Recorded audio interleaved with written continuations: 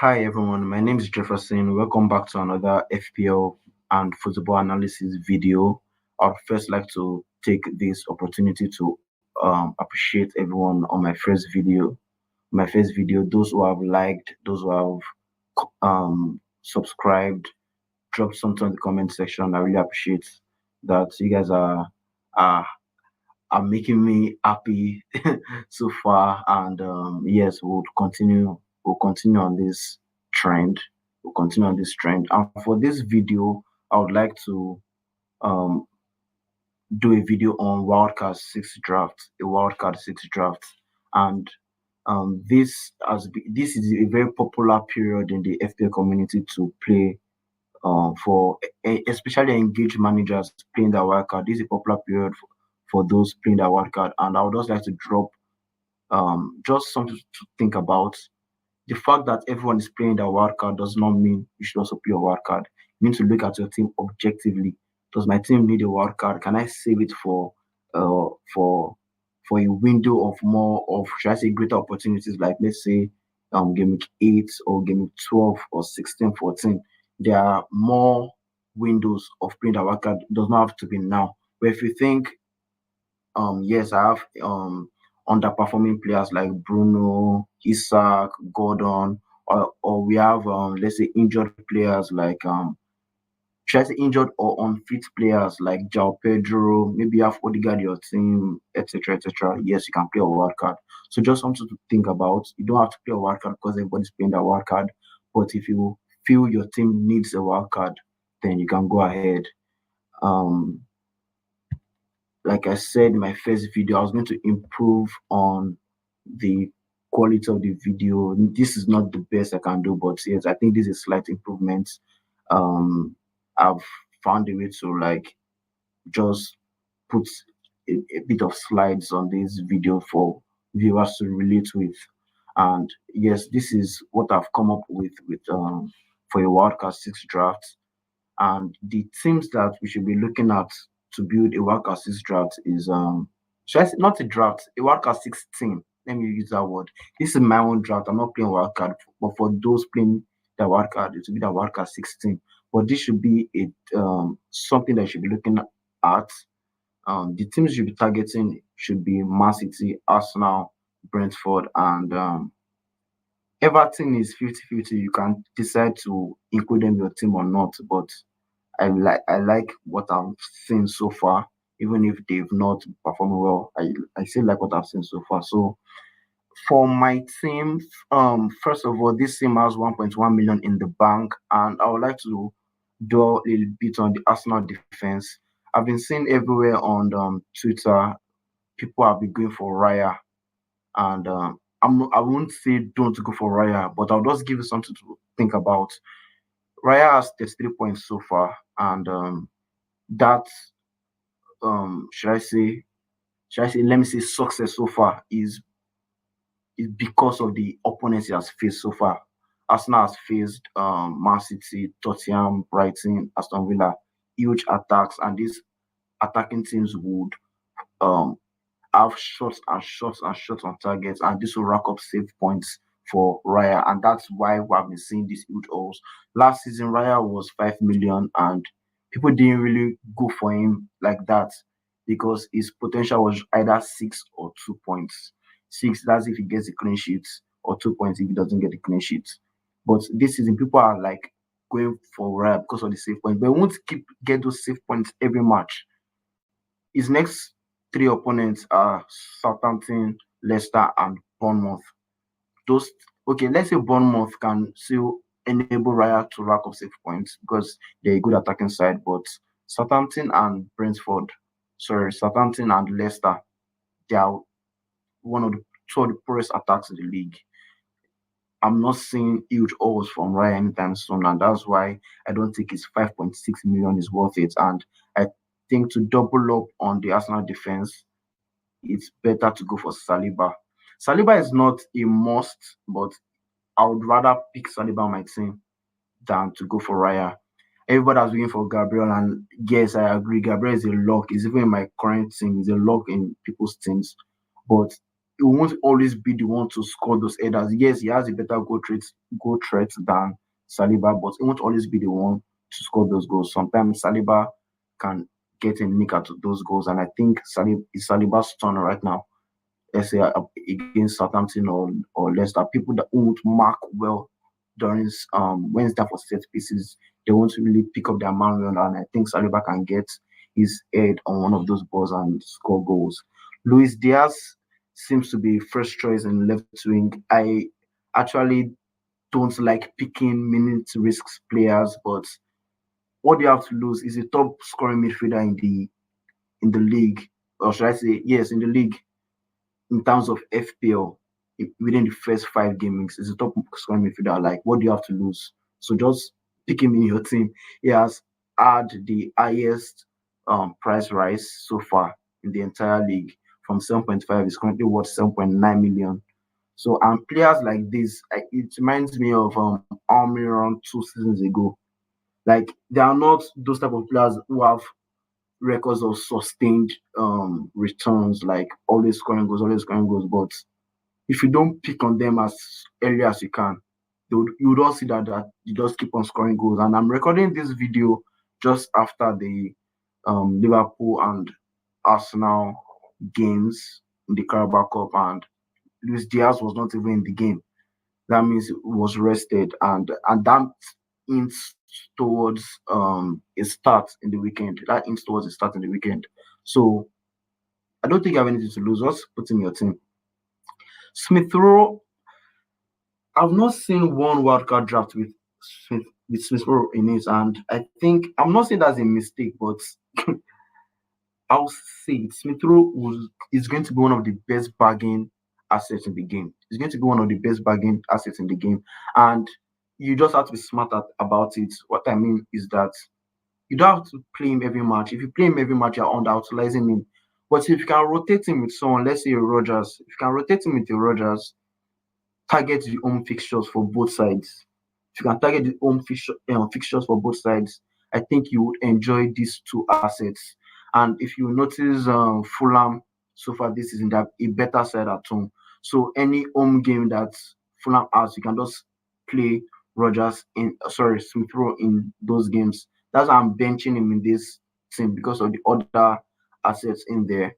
GCL, Cavalier, so far he has 2 goals, and I think he has had about 11 to 12 shots so far in the league. And Everton as a collective have not been impressive, and I think that's usually because of Brathwaite. He has not been in the team, but says report so far says that he's back in the team and is in contention for a start this weekend. And I think that will just improve Everton as a whole, not just the defense. Everton as a whole, he has a good range of passing, defending. Let me get my words right. Defending is also there. Is the best in that team in terms of defense, and I think this would improve Everton's attack as well.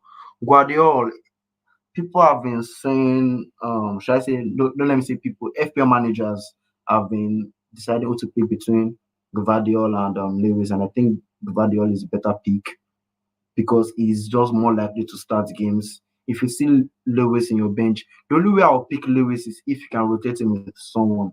If you cannot rotate him with someone, just go for Gvardiol. Solanke, or should I say Dominic, for those who, yeah, Dominic is nailed. And Spurs attack is designed for the number 9 to score goals. If you watched Tottenham during the friendly games before the season started, Kulusevski was the number 9 when Tottenham had not signed Dominic, and he was one scoring goals. All that they just keep on crossing balls from the wing and from deep areas as well, just with the number 9 to score goals. And I think it's going to be a good asset. It's not a must buy right now because Spurs doesn't have a good record against Man U, but Tottenham knows how to score goals, so I don't think I have anything to lose. I won't say anything about Haaland. Haaland is just Haaland. Umbomo has great fixtures, 90 minutes, penalties nailed.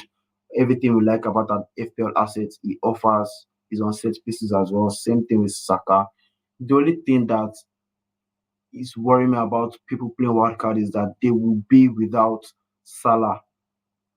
It's not like that's a mistake, but Salah is going to score goals. Salah and Palmer, I have them in my actual team, and I think they'll score goals. Oh, well, let's move to the next slide. Other options to consider on wildcard. Bowen. I like Bowen's fixtures coming up, but I don't like the morale in the team, and they just lost 5-1 um against Liverpool. Even if it's a tough game, I still do expect it to be losing 5-1 against Liverpool. And I think Lopetegui has to go anytime soon. He has to go. They have a brilliant attacking side and they are not scoring goals. So if you pick Bowen, I won't go against it. But for now, I just think you should just monitor him. Jackson is great. Is the first choice number 9 in Chelsea. Chelsea will score goals. They've been scoring goals and they'll continue to score goals. They have Brighton and Nottingham Forest in next two. They'll continue to score goals.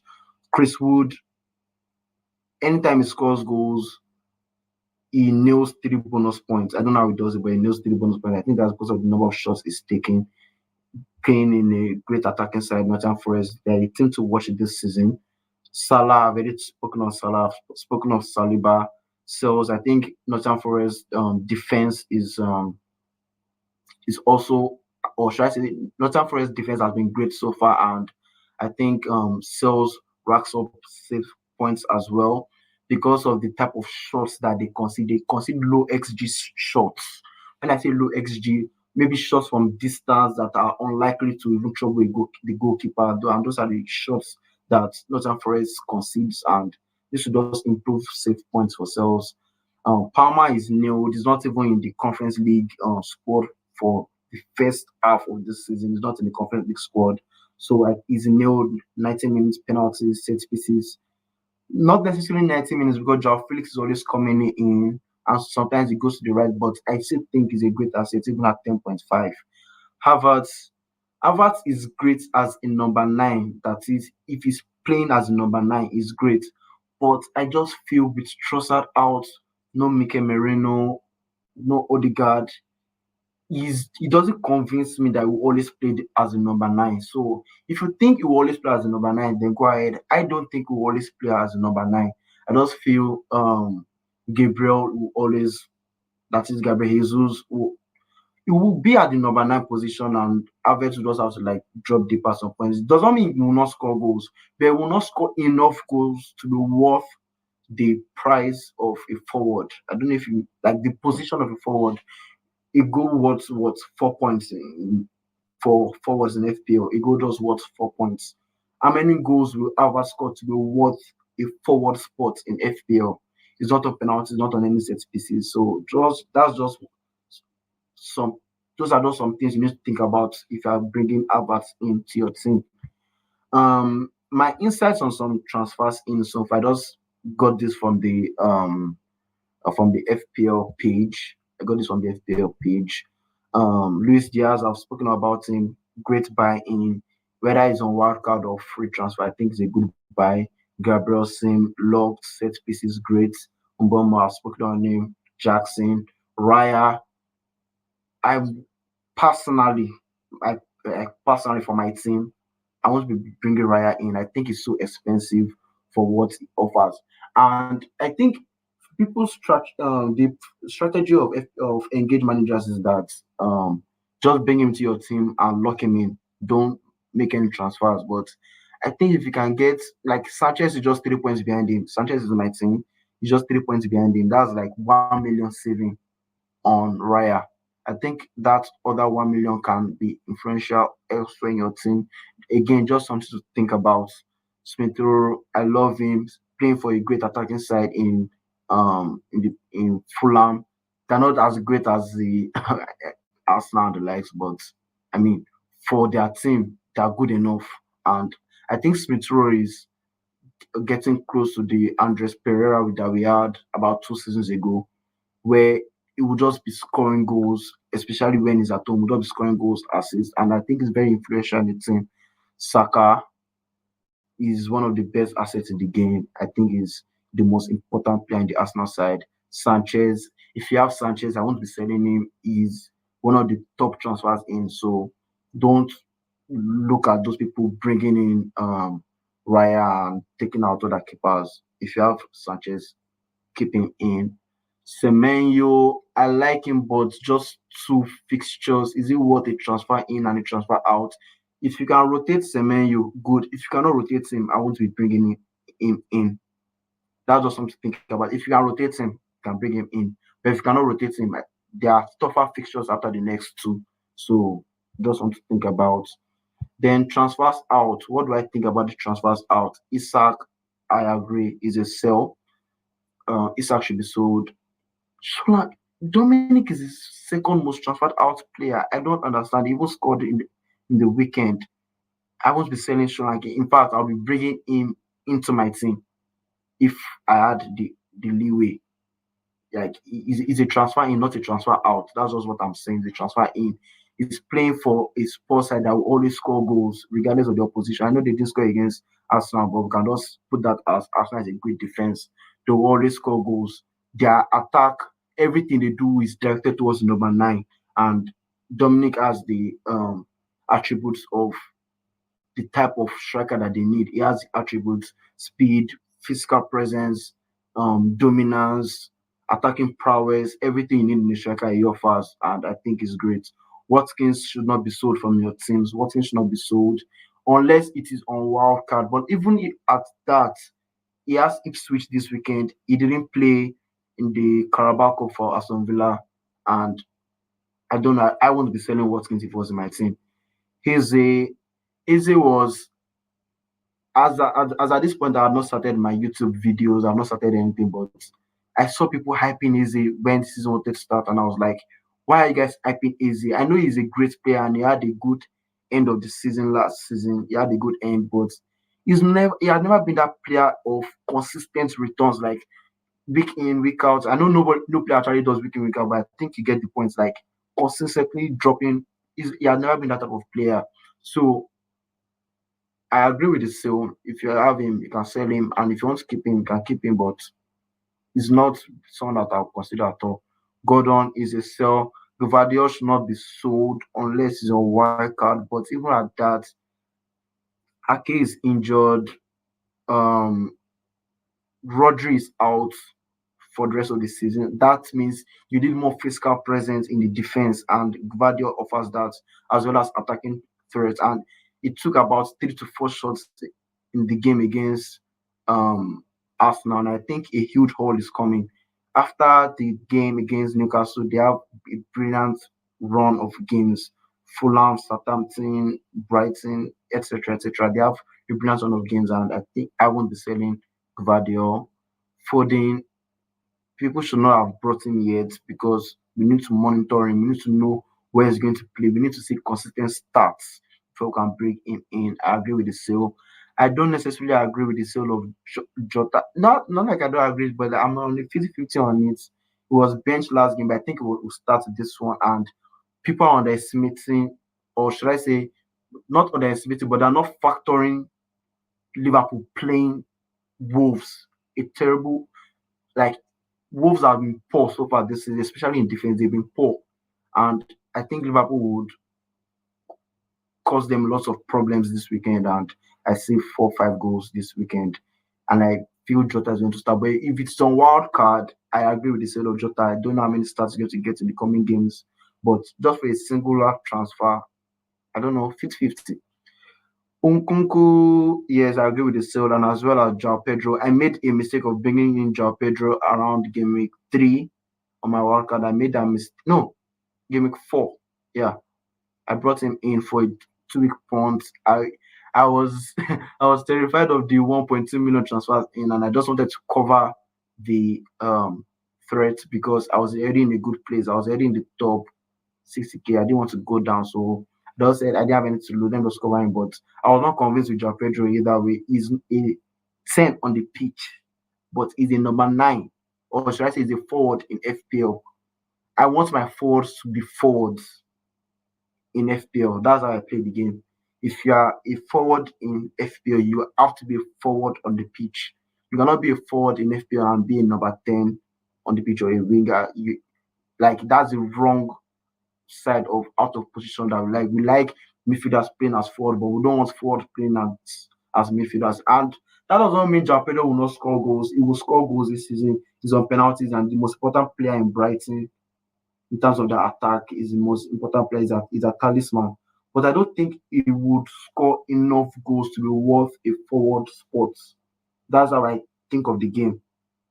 Yes, I know this guy will score goals. Someone like Havertz as well.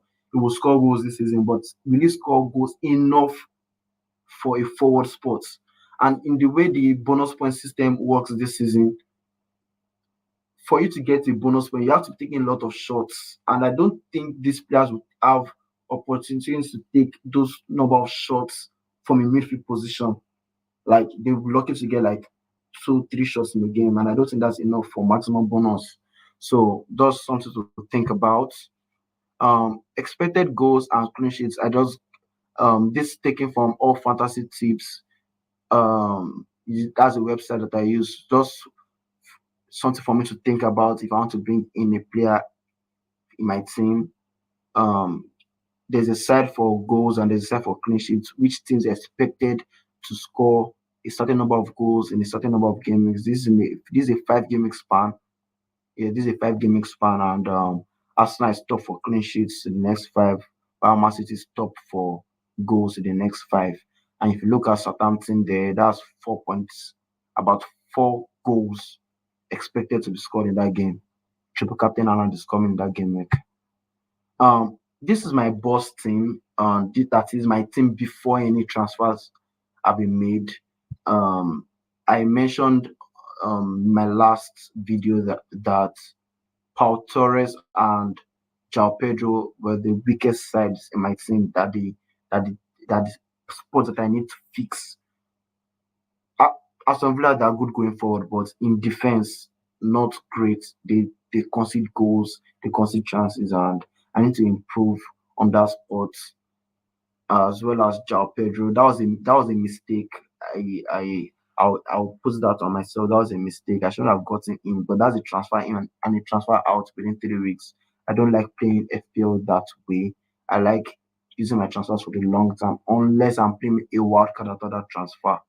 So this is my team before um transfers, and this is my team after transfer. I've not made the transfer, but this is the transfer I would make.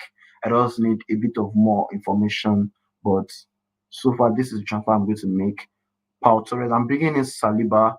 I still think we need to double up on Arsenal's defense. I prefer that double defense as against a double attack, because I don't like Havertz as much as others do.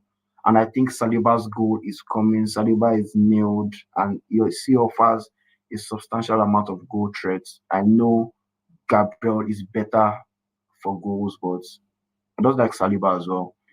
Pedro is going to leave my team for Calvert-Lewin. It's either going to be Calvert-Lewin or Chris Wood.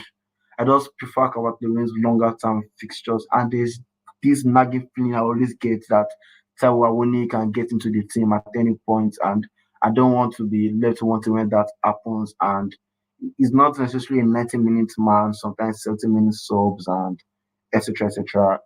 But for now, I'm leaning towards Calvert-Lewin, and I'm thinking of captaining Salah as against Haaland this game week. I'm not sure whether I would do that, but I'm really considering it because many people are selling Salah, and I have Salah in my team, and I think he's going to have like minimum 20 points in the next 2. Minimum. Like that's how I'm thinking about the game. Minimum 20 points, and I think he's going to demolish Wolves this game week. It's going to cause a lot of chaos for them this game week because Mosquera is out. There's no confidence in the team. Salah is looking hungry for goals, and Haaland is playing the 12:30 fixture. We know we don't really like that 12:30 fixture, and I don't know if Haaland blanks and let's say Saka blanks. Okay, let's don't even think they will blank. Okay, let's say Haaland scores 1 goal, Saka scores one goal. People who captain them will like just take it that that's a return. But imagine Salah scores like I didn't even need to score a hat trick. 2 goals, 1 assist. People don't have Salah. People like engaged managers are selling Salah. People on my rank, I'm ranked 32K. People that are selling Salah. And I think I want to take Haaland on. I'm just considering it. I might not do that. You know, Haaland is a beast and against his Nick. Just that anytime Man City goes away to Newcastle, Newcastle always knows how to give them a tough game. I still think Man City will win, but they just know how to give Man City a tough game when they are playing at St. James's Park. Just something to think about. So yeah, I think I will leave it at this. Thank you guys for this video, and if this video has meant anything reasonable to you, maybe you've gotten a piece of value in the video, you can like the video, subscribe, and drop comments. And yeah, see if I'll see you guys in the next video. Thank you.